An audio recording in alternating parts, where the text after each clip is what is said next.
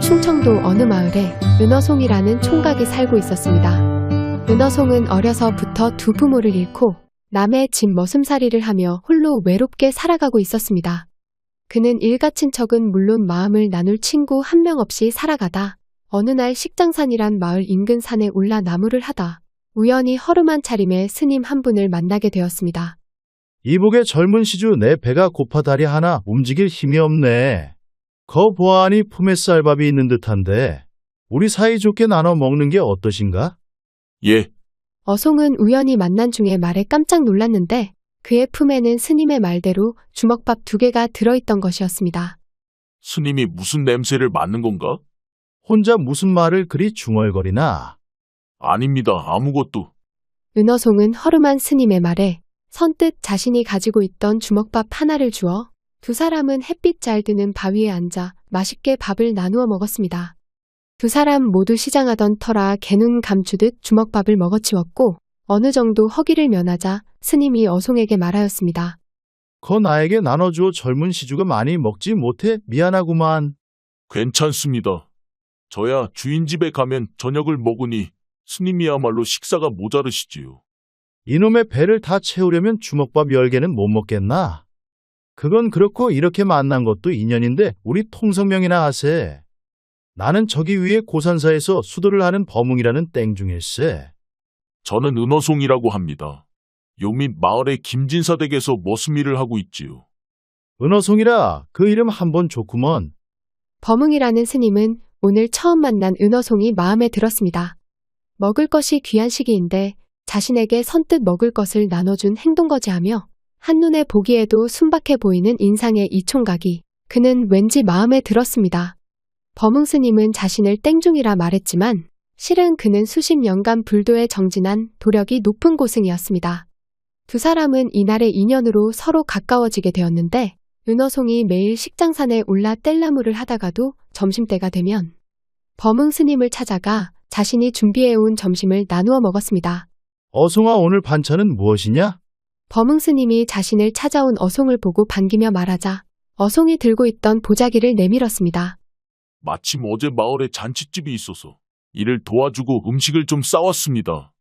스님 생각이나 넉넉히 싸달라고 했으니 많이 드십시오. 내 덕분에 내가 오늘 포식하게 생겼구나. 두 사람이 어송이 싸온 음식을 배불리 먹고 포만감에 만족하며 따뜻한 햇빛을 쬐며 쉬고 있다. 버뭉 스님이 어송을 물끄러미 보며 말했습니다. 어송아, 올해 내 나이가 어떻게 되느냐? 예, 그러니까 25이 되었죠. 하는 것 없이 나이만 먹었습니다. 어송이 순박하게 웃으며 대답하자 버뭉 스님이 그런 그를 바라보며 다시 물었습니다. 내 나이가 이미 장가갈 때가 지났는데 마음에 드는 처자는 없느냐? 아이고, 스님 어느 여인이 저처럼 가난하고 보잘것없는 놈에게 시집 오겠습니까? 저는 그냥 이렇게 굶지 않고 살고 있는 것에 만족하고 있습니다요. 어송의 말을 들은 버뭉 스님이 그를 안쓰럽게 쳐다보았습니다. 사람은 누구나 다 인연이 있는 법이다. 어찌 너라고 정해진 인연이 없겠느냐? 내 언젠가 괜찮은 처자가 보이면 너와 맺어주어야겠구나. 말만이라도 감사합니다. 스님 헌데 저는 지금 이대로도 좋습니다요. 이렇게 매일 스님을 만나 같이 앉아 밥을 먹는 게 저한테는 제일 즐거운 일이지요. 어송을 바라보는 버뭉 스님의 눈에는 따뜻한 빛이 가득 담겨 있었고 이렇게 두 사람이 점심을 나누어 먹으며 지낸 지 3년이라는 시간이 지나자 어느 날 버뭉 스님이 식사를 마치고 어송에게 긴한 말을 하였습니다. 어송아, 그간 내 덕분에 배 굶지 않고 잘 살아왔다. 그것이 뭐 그리 대단하다고 그런 말씀을 하십니까? 아니다. 3년이 넘는 세월을 내 너에게 얻어만 먹고 살았으니 이제 그 밥값을 해야 될 때가 온 것 같구나. 스님 갑자기 그게 무슨 말씀이십니까? 어송은 버뭉 스님의 말에 무언가를 느꼈는지 그답지 않게 얼굴을 굳히고 물었습니다. 인연이란 한 번 만나면 언제고 헤어지는 법이니라. 왜 그런 말씀하십니까, 스님? 혹시 어디 가시기라도 하시려고요? 그래, 내 이제 얼마 안 있어 이 고산사를 떠나야 한다. 그래서 그 전에 내게 얻어먹은 밥값을 해야겠구나. 떠나신다고요? 버뭉 스님의 말을 들은 어송은 한쪽 가슴이 무너져 내리는 것만 같았습니다. 어송은 살아오는 동안 부모 외에 자신에게 가장 따뜻하게 대해주고 신분을 떠나 유일한 벗이었던 스님이 떠난다는 말에 어송은 그만 눈물이 쏟아져 나올 것만 같았습니다. 오늘은 나와 가볼 곳이 있으니 나무는 나중에 하고 나를 따라오너라. 범흥 스님은 침울해하는 어송을 이끌고 한참을 걸어 어느 산기슭에 이르자 양지 바른 곳이 나왔는데 그곳을 가리키며 어송에게 말했습니다. 어송아, 이 땅을 잘 보아두거라. 이 땅을요. 그래, 이 땅에다 너희 부모님을 이장해서 다시 모시거라. 예. 그게 무슨 말씀이십니까? 말 그대로다. 내가 너에게 해줄 수 있는 것이 이것밖에 없구나. 내 말을 허투루 듣지 말고 꼭 그렇게 해야 한다. 알겠느냐? 예, 알겠습니다. 어송은 영문도 모른 채 대답하였지만 범흥 스님이 알려준 땅은 묘자리로 쓰기에는 어떤 명당보다도 좋은 곳이었습니다. 범흥 스님은 수도를 하기 위해 먼 곳으로 떠날 예정이었고 그는 떠나기 전 어송에게 뭔가를 해주고 싶어 생각해낸 일이었습니다. 다음 날 어느 때처럼 어송이 범흥 스님과 점심을 나누어 먹기 위해 고산사를 방문하였을 때 뜻하지 않은 이야기를 듣고 어송이 놀라고 말았습니다. 내 범흥 스님이 떠나셨다고요? 그렇네. 스님께 말씀 못 들었나? 오늘이 이 절에서 모든 수행을 마치고 떠나시는 날이었네. 떠나신 지 얼마나 되셨습니까? 1시경쯤 되셨으니까 얼른 산을 내려가다 보면 만나뵐 수도 있겠구만. 어송이 스님에게 급히 인사하고 허겁지겁 산길을 달려 내려가기 시작했습니다. 그렇게 어송이 있는 힘을 다해 달린 지 한참이 지나자 산 밑에 다다랐고 저 멀리서 걸어가는 범흥 스님의 뒷모습을 볼 수 있었습니다. 그 모습을 본 어송이 있는 힘을 다해 스님을 불렀습니다. 스님, 범흥 스님? 어송이 목이 터져라 범흥 스님을 부르자 그 소리를 듣고 뒤돌아본 스님은 어송을 보고는 환하게 웃으며 손을 흔들어 보였습니다. 어송아, 잘 지내거라. 아프지 말고 잘 살아야 한다. 범흥 스님의 말에 어송은 쏟아져 나오려는 눈물을 꾹 참아야 했습니다. 스님이야말로 건강하십시오. 그래, 그리고 내가 말한 것을 잊지 말아라. 알겠지? 네, 스님.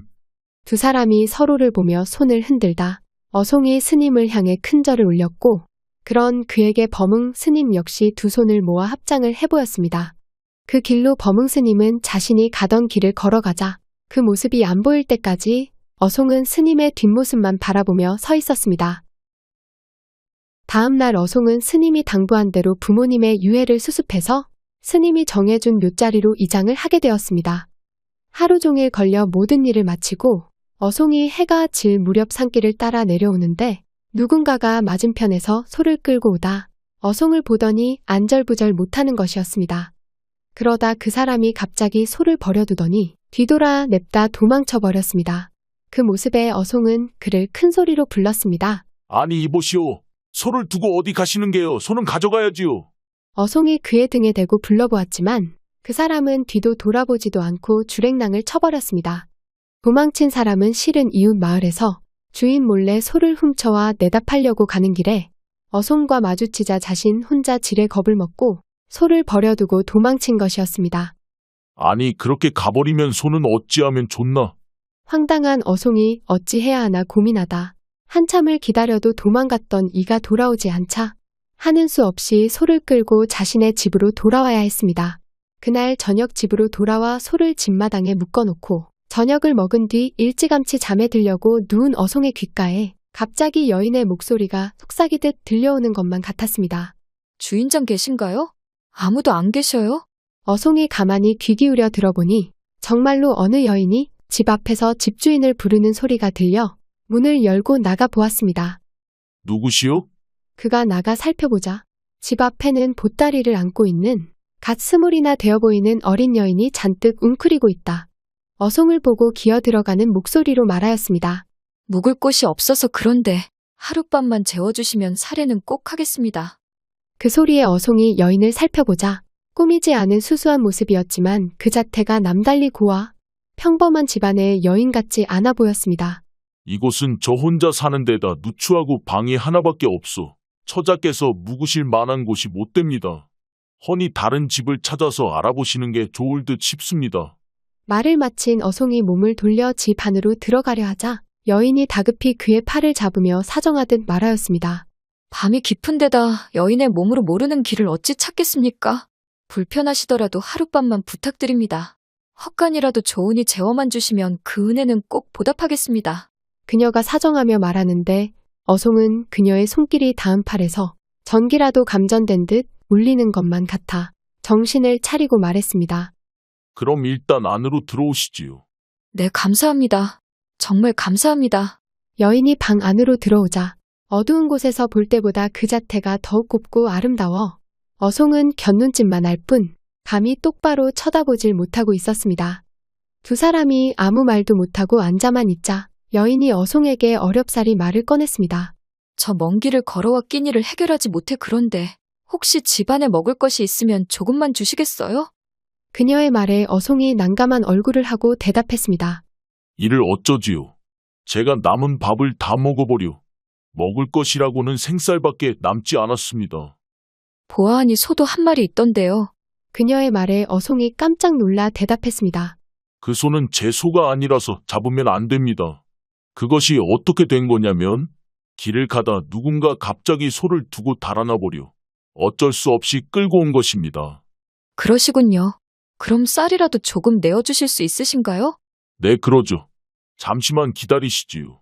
그녀의 말에 어송이 쌀을 주자 그것으로 여인이 밥을 지은 후 끼니를 해결하고 다시 어송과 마주하게 되었습니다. 저는 남의 집에서 무슨 일을 하는 사람이라 주인 댁에서 자고 올 테니 처자께서 이 방에서 편히 주무시다 가시지요. 말을 하고 어송이 나가려고 하자 여인이 고개를 저으며 대답했습니다. 객이 찾아와 어찌 주인을 내쫓고 편히 쉬겠습니까? 제가 헛간에서 잘 테니 주인께서 이 방에 주무시지요. 아닙니다. 날이 찬데 어떻게 헛간에서 잘 수 있습니까? 정그러시면 제가 아랫목에서 잘 테니 처자께서 윗목에서 주무십시오. 그의 말에 여인의 얼굴에 난처한 빛이 떠올랐지만 그 방법 외에는 다른 수가 없어 두 사람은 뜻하지 않게 하룻밤을 같이 보내게 되었습니다. 난생 처음 여인을 가까이에 두고 누운 어송은 밤새 가슴이 두근거려 잠에 들지 못하다 여인 쪽을 흘끔 쳐다보니 그녀는 어느새 잠에 들었는지 옅은 숨소리를 내며 자고 있었습니다. 어송은 머릿속으로 하루 동안 정말 희한한 일들이 많이 생겨 이상하다 생각하다 새벽녘이 될 때쯤 일어나 그녀가 깨지 않게 조용히 집안을 나갔습니다. 그날 하루 종일 뗄나무를 하고 하루 일을 마친 어송이 집으로 들어오는데 집안이 예전 같지 않게 깨끗하게 치워져 있어 의아해하며 들어왔습니다. 그때 부엌에서 어젯밤 그 여인이 음식을 손에 들고 나오다 어송을 보더니 순간 멈칫하며 어찌할 줄 몰라 하는 것이었습니다. 그녀를 본 어송 역시 놀라긴 마찬가지였으니 당연히 떠났을 줄 알았던 그녀가 집안을 치우고 음식까지 한 것 같아 의아해하며 물었습니다. 처자 아직 안 떠나신 겁니까? 그것이 어송의 물음에 그녀는 난처한 얼굴로 그에게 말하였습니다. 일단 들어오셔서 저녁을 드시지요. 그리고 드릴 말씀이 있습니다. 네, 두 사람이 방 안으로 들어가자 그녀가 정성껏 차린 저녁상을 보고 어송이 놀라며 물었습니다. 이것을 다 처자가 차린 것이오. 네, 식기 전에 드시지요. 두 사람이 마주 앉아 식사를 어느 정도 하고 나자 여인이 어송의 눈치를 살피더니 어렵사리 입을 열었습니다. 제가 오늘 드리는 말씀은 될 수 있으면 누구에게도 하지 않으셨으면 합니다. 원래 저는 한양에 있는 양반가의 여식입니다. 헌데 조정에 벼슬을 하신 아버님께서 역적으로 몰려 집안은 멸문의 화를 입고 식구들은 화를 당하거나 노비가 되어 끌려갔습니다. 그 와중에 부모님께서는 저 하나를 살리시겠다고 희생하시고 저를 도망치게 하시고는 두 분은 생사를 알 수 없는 지경에 처하셨습니다. 여기까지 말한 여인은 목이 막히는지 잠시 숨을 고르다 다시 말하기 시작했습니다. 이제는 세상 천지에 의지할 것도 하나 없는 처지인지라 어디로 가야 할지 막막하기만 할 뿐입니다. 허니 저를 내치지만 않으신다면 도령을 평생 난군으로 모시며 살고 싶습니다. 네, 무엇이라고요? 그녀의 말을 들은 어송은 자신의 두기를 의심했습니다. 저를 뭘로 하시겠다고요? 어송이 믿지 못하고 되묻자 그녀가 그를 보고 뚜렷하게 말하는 것이었습니다. 부디 저를 받아주세요.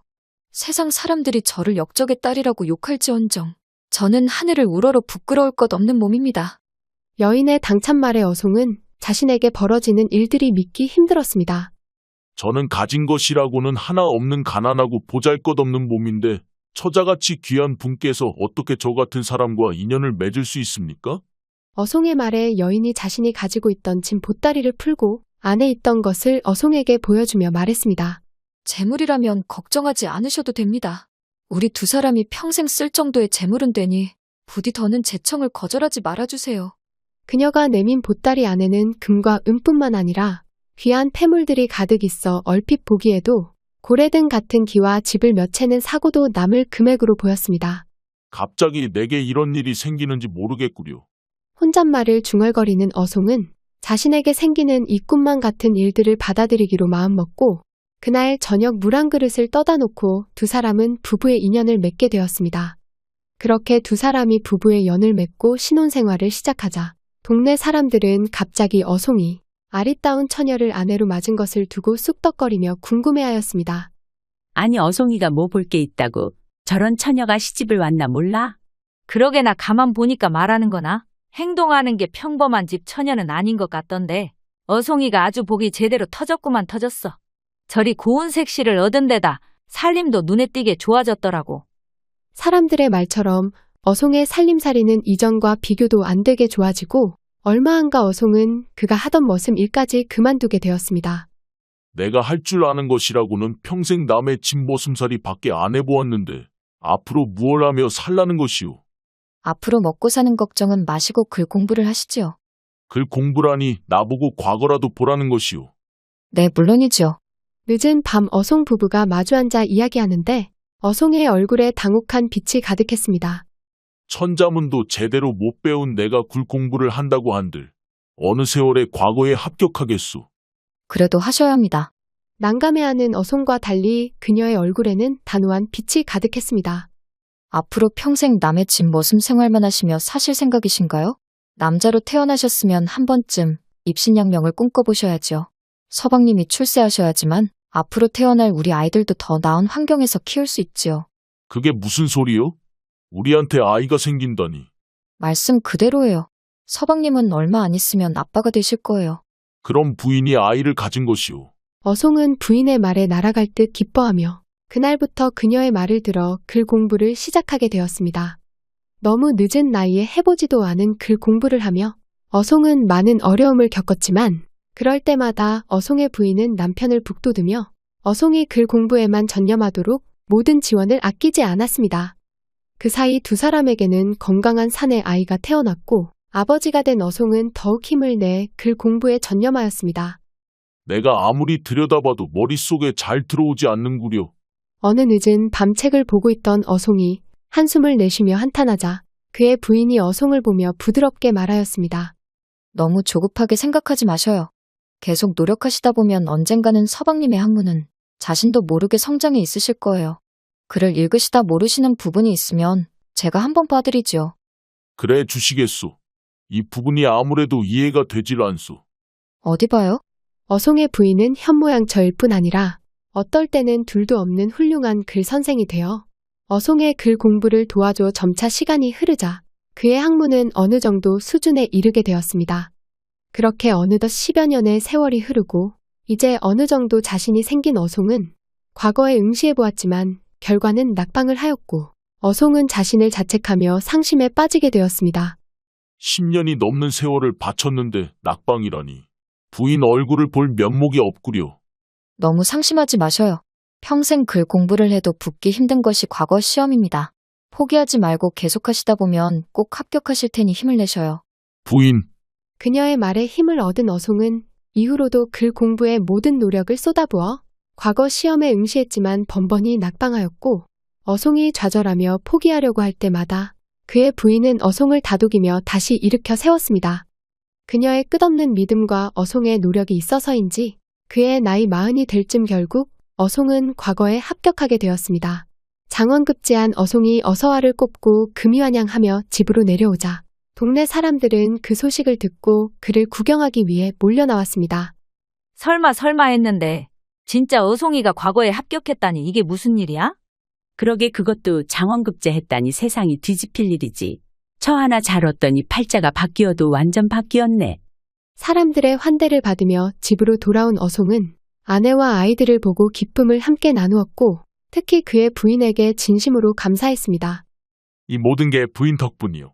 당신이 아니었다면 남의 집 머슴살이 하던 내가 어떻게 장원급제까지 할 수 있었겠어? 아니에요. 서방님이 포기하지 않으시고 끊임없이 노력하셨으니 일이 되신 것이죠. 그 뒤로 어송은 식구들을 데리고 한양으로 올라가 관직 생활을 시작하게 되었습니다. 어송이 벼슬길에 들어선 후 그는 늘 청렴결백하며 공사를 분명하게 처리해 어송에 대한 평판은 시간이 지나면서 점차 높아져만 갔고 임금 역시 그를 총애하며 늘 곁에 두고 중임을 맡기고는 했습니다. 그러던 어느 날 다른 때와는 달리 어송이 얼굴에 어두운 빛을 띠고 임금을 찾아왔습니다. 전하 신은어송 전하께 청할 일이 있어 이렇게 찾아왔습니다. 어송 자네가 내게 청할 일이 있다고. 그래, 무슨 일인데 아침부터 이리 무게를 잡는 게야. 임금이 어송을 보고 웃음을 띠며 묻자 그는 자신이 부인을 만난 일부터 부인의 부모와 가족이 영모의 누명을 쓰고 가문이 멸문을 겪은 일을 말하며 세월이 지나 그 일이 사실이 아님을 밝히고 자신의 부인과 처가의 신분을 다시 복원시켜달라 청하였습니다. 그 일이라면 다시 살펴보도록 할 테니 경은 내 명이 있을 때까지 기다려보시게. 망극하옵니다, 전하. 평소 어송을 아끼는 임금이었지만 사안이 중대해 어송은 이 일에 자신의 자립뿐만 아니라 잘못되면 더 큰일이 있을 수도 있었지만 오래전부터 마음속에 생각해 두었던 일이어서 마음을 다잡고 임금께 청하였던 것이었습니다. 집에 들어온 어송이 자신의 부인에게 이 일을 말하자 그녀는 놀라 펄쩍 뛰고 말았습니다. 어쩌시려고 그런 일을 벌이셨어요? 너무 걱정하지 마시오. 전하께서는 현명한 분이시니 그 일의 경위를 분명히 밝혀주실게요. 그러다 잘못되시면 어쩌시려고요? 잘못돼 봤자 관직에서 쫓겨나면 고향으로 가 농사나 지으며 살면 되지 않겠소. 걱정하는 부인과 달리 어송은 느긋하기만 하였는데 며칠 뒤 그의 집에 임금의 어명이 내려와 모두를 놀라게 만들었습니다. 은어송과 그의 부인 김씨는 나와 어명을 받들라. 갑자기 임금의 어명이 내려왔다는 소리에 그의 가족들이 깜짝 놀라 마당에 꿇어앉아 어명이 내려지길 기다렸습니다. 지난 영모 사건에 얽힌 김씨 가문에 내려졌던 모든 죄가 억울한 일임이 밝혀져 그 죄 또한 모두 없음을 밝히고 오늘부로 그와 그의 가족의 신분을 원래대로 회복하는 바. 은어송과 그의 처는 나의 어명을 받들라. 임금의 어명을 받은 어송과 그의 부인은 그 자리에서 임금에게 감사하며 큰 절을 올렸고 어송의 부인은 남편 덕분에 지난날 억울하게 돌아가신 부모의 한을 풀 수 있어 그에게 진심으로 감사하였습니다. 부인 잘 되었어. 내 진작 이렇게 될 줄 알았다오. 고마워요, 서방님. 당신 덕분에 부모님이 이제야 편히 잠드실 수 있으실 거예요. 어송은 이후로도 관직 생활을 누구보다 열심히 해나갔으며 나이가 들어 은퇴한 후로는 관직에서 물러나 자신이 살던 옛 고향으로 돌아와 그의 부인과 함께 한적하고 평화로운 노후를 보내었습니다. 이 이야기는 대전에서 내려오는 은어송 전설을 바탕으로 각색하여 만든 이야기입니다. 긴 영상 봐주셔서 진심으로 감사드립니다. 다음에 더 좋은 이야기로 찾아뵙겠습니다.